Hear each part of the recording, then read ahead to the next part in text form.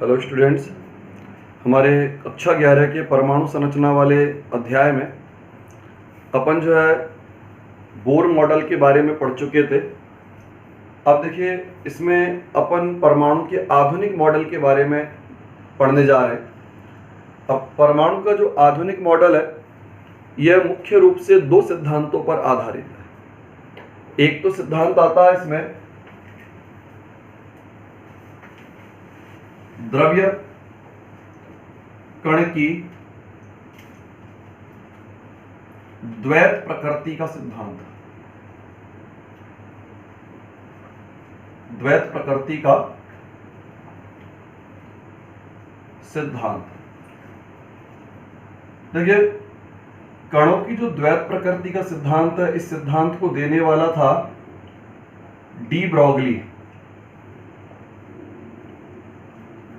De Broglie नाम का वैज्ञानिक था जिसने इस सिद्धांत को दिया था। और डी ब्रॉगली ने जो सिद्धांत दिया था, ये दिया था आइंस्टीन के प्रकाश की द्वैत प्रकृति के सिद्धांत को। प्रकाश की द्वैत प्रकृति, प्रकाश की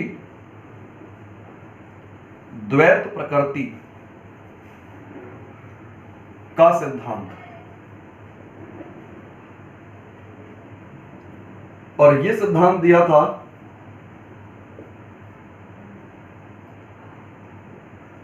आइंस्टीन ने। अब आइंस्टीन ने क्या बताया कि जिस प्रकार से आइंस्टीन ने क्या बताया था कि प्रकाश में दोहरा व्यवहार पाया जाता है। द्वैत प्रकृति का अर्थ होता है दोहरा व्यवहार। द्वैत प्रकृति शब्द का अर्थ है दोहरा व्यवहार।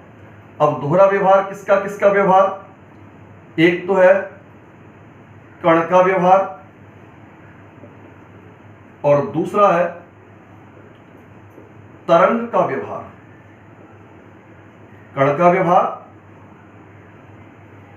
और तरंग का व्यवहार। तो आइंस्टीन ने बताया कि प्रकाश जो होता है वो द्वैत प्रकृति को प्रदर्शित करता है। द्वैत प्रकृति मतलब प्रकाश में दो प्रकार का व्यवहार होता है। एक तो व्यवहार होता है कण का और एक व्यवहार होता है तरंग का। अब प्रकाश में कण का व्यवहार क्या होता है? अपन ने पढ़ा हुआ है कि प्रकाश के द्वारा ऊर्जा का उत्सर्जन या अवशोषण प्रकाश के छोटे छोटे कणों के रूप में होता है और इन कणों को आप नाम देते हैं क्वांटा या फोटोन। तो प्रकाश के द्वारा ऊर्जा का जो स्थानांतरण किया जाता है वो कणों के रूप में होता है। उन कणों को आप नाम देते हैं क्वांटम या फोटोन। और इसके अलावा प्रकाश में तरंगीय प्रकृति भी होती है। तरंगीय प्रकृति मतलब प्रकाश में तरंग दैर्घ्य होती है, तरंग की आवृत्ति होती है, तरंग का आयाम होता है। ये सारे तरंग के लक्षण भी प्रकाश के अंदर विद्यमान होते हैं। तो हम कह सकते हैं कि प्रकाश में दोहरा व्यवहार यानी प्रकाश में द्वैत प्रकृति पाई जाती है। अब इस बात को जो है आपके डी ब्रॉगली वैज्ञानिक ने इसको देखा और इसके आधार पर उसने कहा कि जब प्रकाश में दोहरा व्यवहार हो सकता है, प्रकाश तरंग और कण दोनों के व्यवहार को प्रदर्शित कर सकता है, तो उसी प्रकार से द्रव्य कण को भी कणीय प्रकृति के साथ साथ तरंगी प्रकृति को प्रदर्शित करना चाहिए। जिस प्रकार से प्रकाश तरंगी प्रकृति के साथ साथ कणीय प्रकृति को प्रदर्शित करता है, ठीक उसी प्रकार से द्रव्य कणों को भी आपके कणीय प्रकृति के साथ साथ तरंगी प्रकृति को प्रदर्शित करना चाहिए। यह था डी ब्रॉगली का द्वैत प्रकृति का सिद्धांत। डी ब्रॉगली ने बताया कि जब प्रकाश में दोहरा व्यवहार है, दोहरा व्यवहार का मतलब कण का व्यवहार और तरंग का व्यवहार, तो ठीक इसी प्रकार से द्रव्य कण भी कणीय प्रकृति के साथ साथ तरंगी प्रकृति को प्रदर्शित करेंगे। इसे हम डी ब्रॉगली का द्वैत प्रकृति का सिद्धांत कह सकते हैं। फिर बेटा डी ब्रॉगली ने जो है इसके संदर्भ में किसी कण की तरंग दैर्घ्य को ज्ञात करने के लिए सूत्र को स्थापित किया। अब कण की तरंग दैर्घ्य को किस प्रकार से ज्ञात किया गया? इसमें बेटा दो प्रकार के सिद्धांत काम में लिए गए। एक तो लिया गया आपका E is equal mc square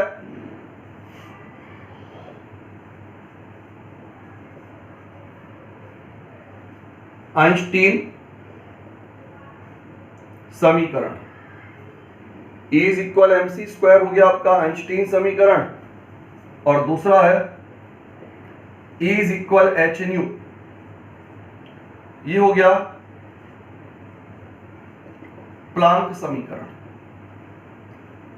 तो डी ब्रोगली ने आइंस्टीन समीकरण और प्लांक समीकरण, इन दोनों समीकरणों का प्रयोग करके किसी द्रव्य कण की तरंग दैर्घ्य को ज्ञात करने के लिए सूत्र को स्थापित किया।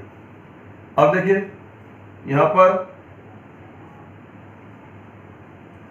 समीकरण 1 व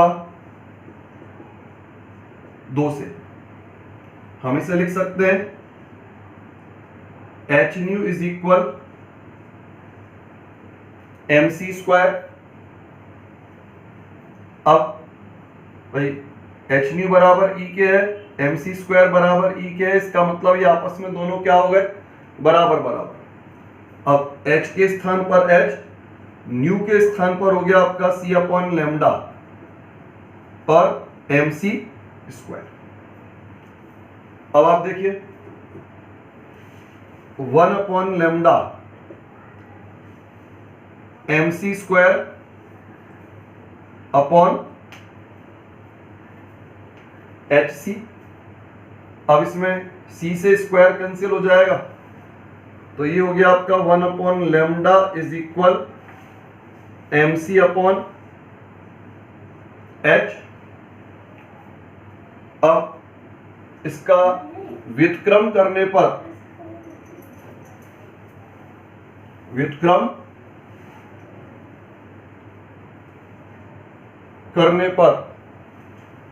जब हम इसका व्युत्क्रम करेंगे तो व्युत्क्रम करने पर 1 अपॉन लेमडा हो जाएगा आपका लेमडा, और ये हो जाएगा आपका h अपॉन mc। तो ये जो है विद्युत चुंबकीय तरंग की तरंग दैर्घ्य के लिए सूत्र होगा। ये जो सूत्र आया है विद्युत चुंबकीय तरंग की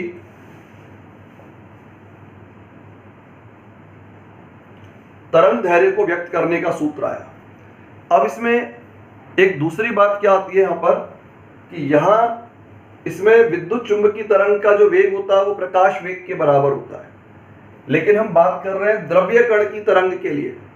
तो द्रव्य कण की जो तरंग होंगी उनका वेग जो होगा कण के वेग के बराबर होगा।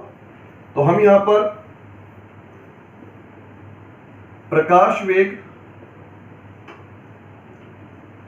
c के स्थान पर कण का वेग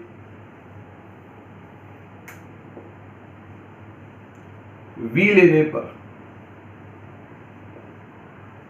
यहां पर ये जो हमने फॉर्मूला भी निकाला lambda is equal h upon mc, ये विद्युत चुंबकीय तरंग की तरंग दैर्घ्य है। यह विद्युत चुंबकीय तरंग की तरंग दैर्घ्य जिसमें कि c प्रकाश का वेग होता है, और प्रकाश वेग जो होता है वो आपके जितने भी विद्युत चुंबकीय तरंगें होती हैं सभी आपके प्रकाश वेग से गतिमान होती हैं। तो हम यहां निकाल रहे हैं द्रव्य कण की तरंग का तरंग दैर्घ्य। तो प्रकाश वेग c के स्थान पर कण का वेग v लिया जाएगा, और ऐसी अवस्था में lambda is equal h upon mv, ये हमारे लिए सूत्र प्राप्त हुआ lambda is equal h upon mv, और m इंटू v बराबर होता है p। p मतलब संवेग। तो हम इसको एक और तरीके से लिख सकते हैं lambda is equal h upon p, या हम इसमें ऐसे भी बता सकते हैं h होता है यहां पर प्लांक स्थिरांक।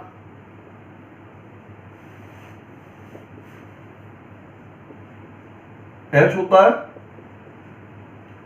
प्लांक स्थिरांक, जिसका मान 6.62 10 की पावर माइनस 34 जूल सेकेंड, या 6.62 10 की पावर माइनस 27 अर्ग सेकेंड। तो अगर हम यहां पर प्लांक स्थिरांक को हटा दें, p को हटा h को हटाएं, तो स्थिरांक हटेगा तो प्रोपोर्शनल आएगा। तो लैम्डा प्रोपोर्शनल टू 1/p, इसका मतलब ये निकला कि किसी द्रव्य कण की तरंग दैर्घ्य उस कण के संवेग के व्युत्क्रमानुपाती होती है। कण की तरंग दैर्घ्य कण के संवेग के व्युत्क्रमानुपाती होगी। संवेग ज्यादा होगा तो कण की तरंग दैर्घ्य कम होगी, यानी कण की ऊर्जा ज्यादा होगी, और संवेग कम होगा तो संवेग कम होने का मतलब हुआ तरंग दैर्घ्य का मान अधिक होगा, यानी ऐसे कण की ऊर्जा का मान कम हो जाएगा। तो इस प्रकार से जो द्रव्य कण की जो द्वैत प्रकृति थी, सिद्धांत जो है डी ब्रोगली के द्वारा दिया गया। डी ब्रोगली ने बताया कि जिस प्रकार से प्रकाश दोहरा व्यवहार दर्शाता है, तरंग का व्यवहार और कण का व्यवहार, ठीक उसी प्रकार से द्रव्य कणों में कणीय प्रकृति के साथ साथ तरंगी प्रकृति भी होती है। और उसने जो है किसी द्रव्य कण की तरंग दैर्घ्य को ज्ञात करने के लिए सूत्र स्थापित किया, और इस सूत्र को स्थापित करने के लिए उसने दो प्रकार के समीकरण प्रयोग में लिए, आइंस्टीन समीकरण, प्लांक समीकरण। आइंस्टीन समीकरण है E = mc², और प्लांक समीकरण है आपका E = h न्यू। समीकरण 1 और 2 से दोनों का मान E के बराबर है, अर्थात ये आपस में बराबर है। फिर न्यू होता आपका c/λ।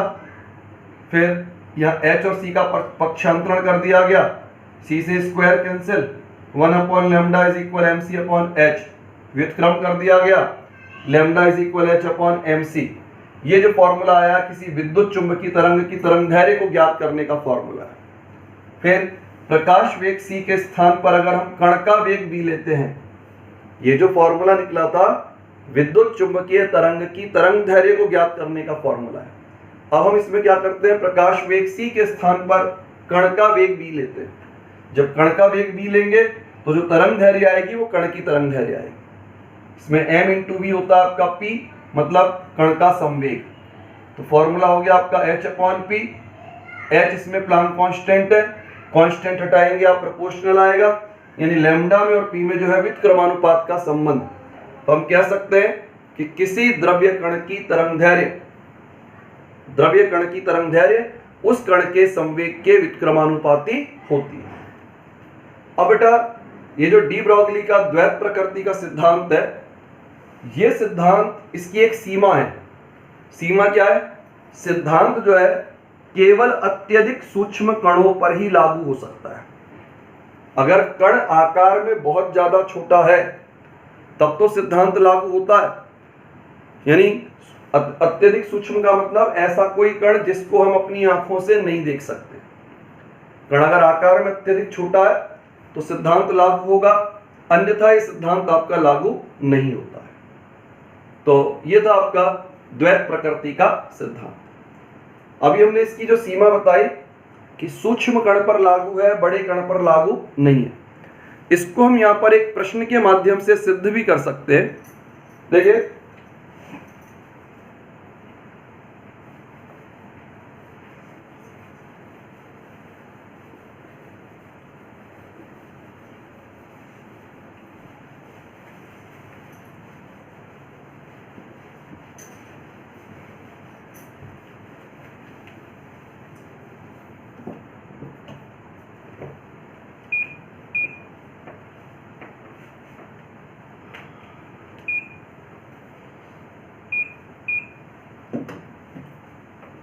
इसमें बेटा इसमें सिद्ध करने के लिए हम यहां पर आपको एक एग्जांपल दे रहे हैं। देखिए, 500 ग्राम द्रव्यमान की गेंद एवं इलेक्ट्रॉन समान वेग 6.62 × 10⁸ सेंटीमीटर पर सेकेंड के वेग से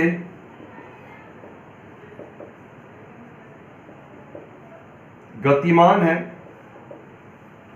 दो चीजें हैं, एक तो 500 ग्राम द्रव्यमान की गेंद है और एक इलेक्ट्रॉन है, और ये दोनों एक समान वेग 6.62 गुणा 10 की पावर 8 सेंटीमीटर प्रति सेकंड के वेग से गतिमान है। तो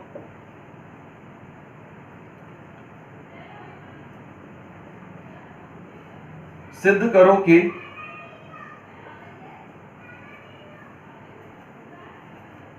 डी ब्रॉगली का सिद्धांत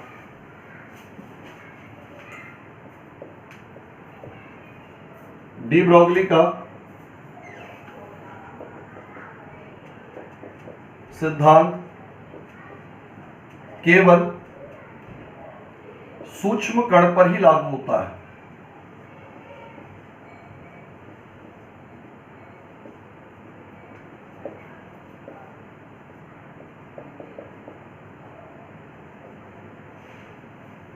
ये बेटा एक प्रश्न है और डी ब्रॉगली सिद्धांत पर आधारित है। 500 ग्राम द्रव्यमान की गेंद और इलेक्ट्रॉन है, दोनों का वेग एक समान 6.62 गुणा 10 की पावर 8 सेंटीमीटर प्रति सेकंड है। अब इसमें आपसे कहा गया है कि सिद्ध करना है कि सिद्धांत जो है केवल सूक्ष्म कणों पर ही लागू हो सकता है, बड़े कणों पर लागू नहीं हो सकता। अब इसमें वेग को अब देखिए इसका हल किस प्रकार किया जाएगा। सबसे पहले हम तरंग दैर्ध्य का मान निकालते हैं इलेक्ट्रॉन के लिए। इलेक्ट्रॉन की तरंग दैर्ध्य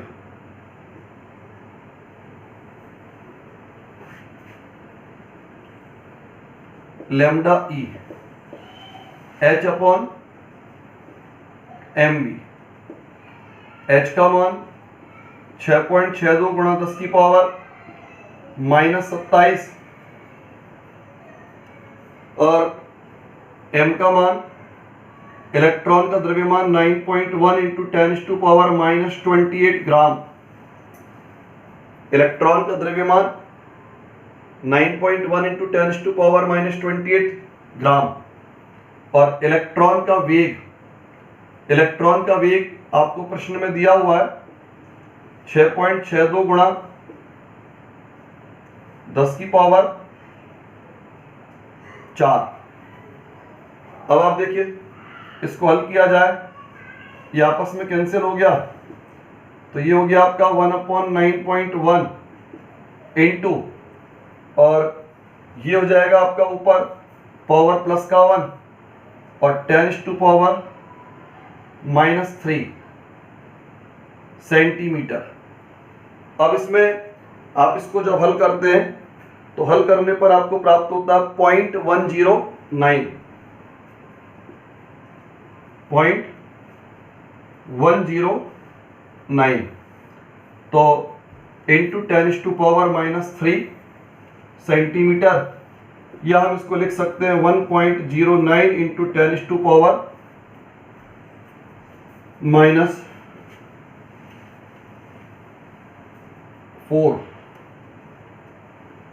सेंटीमीटर। अब ये आया बेटा इलेक्ट्रॉन की तरंग दैर्ध्य के लिए मान। अब हम निकालते हैं गेंद के लिए।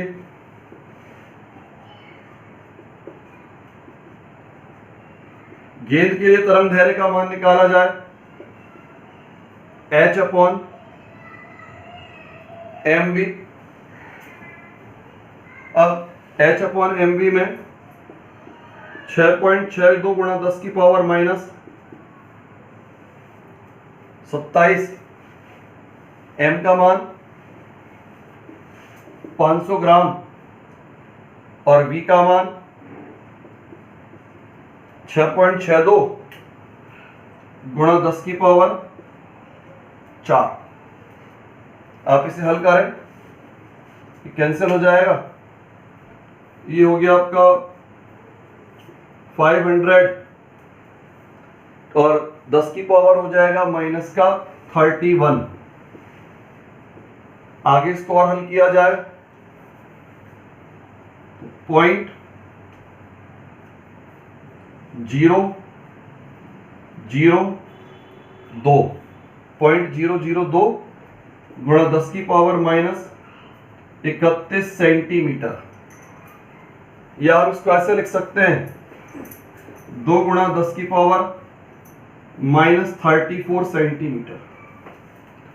अब आप देख सकते हैं, यहां पर हमने तरंग दैर्घ्य का मान दो चीजों के लिए निकाला। एक तो तरंग दैर्घ्य निकाली हमने इलेक्ट्रॉन के लिए, और एक तरंग दैर्घ्य आपने निकाली यहां पर गेंद के लिए। तरंग दैर्घ्य का मान इलेक्ट्रॉन के लिए भी है और तरंग दैर्घ्य का मान गेंद के लिए भी है। अगर हम गेंद के लिए तरंग दैर्घ्य को देखें, गेंद जो है एक बड़ा कण हो गया, दृश्य कण हो गया, जिसको आप आसानी से देख सकते हो, पहचान सकते हो। तो बड़े कण के लिए तरंग दैर्घ्य का मान आ रहा है 10 की पावर माइनस 34, यानी अत्यंत छोटा मान हो गया, नगण्य मान हो गया। ये जो मान आएगा नगण्य मान आएगा। और इसकी तुलना में इलेक्ट्रॉन के लिए जो तरंग दैर्घ्य आ रही है वो इसकी तुलना में बहुत बड़ी हो गई। यानी डी ब्रोगली का जो सिद्धांत है, डी ब्रोगली का सिद्धांत अत्यधिक सूक्ष्म कण जिन्हें हम अपनी आंखों से नहीं देख सकते, नहीं पहचान सकते, उन पर लागू होता है, बड़े कणों के ऊपर लागू नहीं होता है।